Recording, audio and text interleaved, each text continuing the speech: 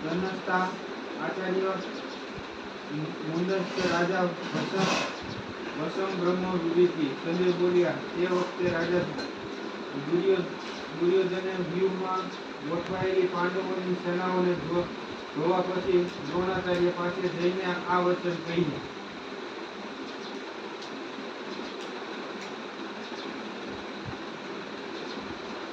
પશ્યતે પાંડવતા પુત્રાણ આચાર્ય મહતી સમૂહ વૃદ્ધા દ્રુપદ તૃતીય તવ શિષ્ય જીમતા. હે ગુરુદેવ, આપના બુદ્ધિમાન શિષ્ય દ્રુપદ પુત્ર દૃષ્ટ વડે વ્યૂહવાર કાર્ય ઊભી કરેલી પાંડુ પુત્રોને આ અત્યંત વિશાળ સેનાઓને જુઓ.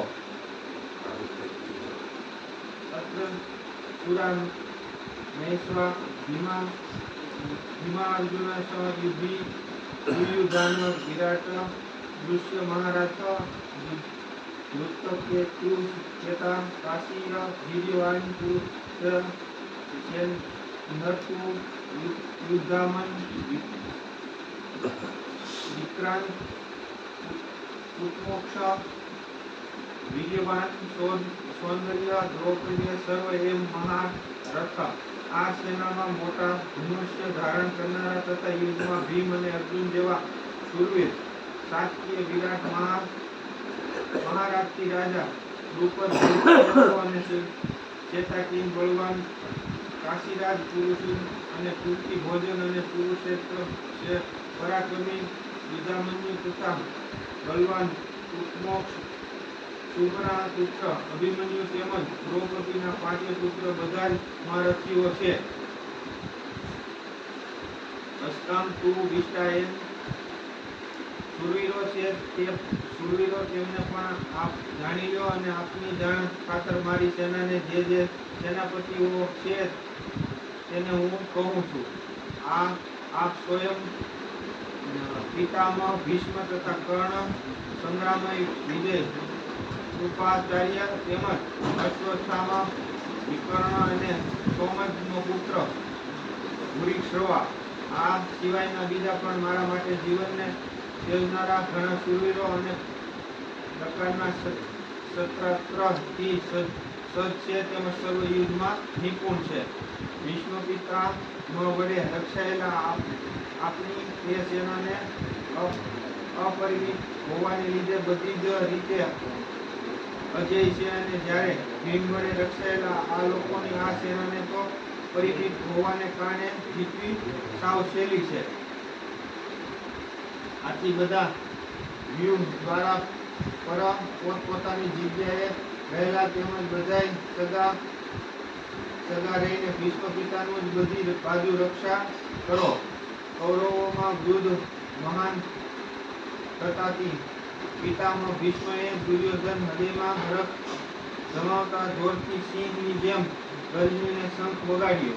પછી શંખ, નગારા, ઢોલ, મૃતક તેમજ રણશીંગા વગેરે એક સાથે વાગીને ઉઠ્યા અને એમનો એ અવાજ ઘણો ભયંકર થયો. ત્યાર પછી શ્વેત અશ્વ જોડાયેલા ઉત્તમ રથોમાં બેઠેલા શ્રી કૃષ્ણ મહારાજે અને અર્જુને પણ અલૌકિક શંખ વગાડ્યા. શ્રી કૃષ્ણ મહારાજે 5 ધન્ય નામનો, અર્જુનને દેવત નામનો અને ભયાનક કર્મ કરનાર ભીષ્મને કોણ્ય નામનો મહાશંખ વગાડ્યો. કુંતીપુત્ર રાજા યુધિષ્ઠિર અત્યંત વિજય નામનો અને નકુલ તથા સહદેવ સુશોધ મણિપુષ્પ નામના શંખ વગાડ્યા. શ્રેષ્ઠ ધનુર્ધારી કાશીરાજ મહારથી અને શિષ્ણ દુષ્ટ રાજા વિરાટ, અજય સાત્વિક રાજા દ્રુપદ, દ્રૌપદી તથા પાંચે પુત્રને મહાભાનુ સુભદ્રા પુત્ર અભિમન્યુના સૌએ રાજન બધી બાજુએથી જુદા જુદા શંખો વગાડ્યા અને તે ભયાનક નાદે આકાશ અને પૃથ્વીને પણ ગજાવતા રાષ્ટ્રના એટલે કે આપના પક્ષધારીઓના હૃદય છીરી નાખ્યા. હે રાજન, તે પછી અર્જુન યુદ્ધ માટે સજ્જન થયેલા ધૃતરાષ્ટ્ર સંબંધીઓને જોઈને શસ્ત્ર પ્રહારી તૈયાર વેળાએ ધનુષ ઉપાડીને હૃદય શ્રી કૃષ્ણ મહારાજને આ વચન કહ્યું, અને હે અચ્યુત, મારા રથને બંને સેનાઓની વચ્ચે ત્યાં સુધી ઊભો રાખો, જ્યાં સુધી રણભૂમિમાં ભેગા થયેલા યુદ્ધની અભિલાષા રાખનારા આ વિપક્ષ યોદ્ધાઓને સારી રીતે પેઠે હું જોઈ ન લઉં, અને કે આ યુદ્ધ મારે કોની સાથે લડાવવું છે એ હું જોઈ તો લઉં.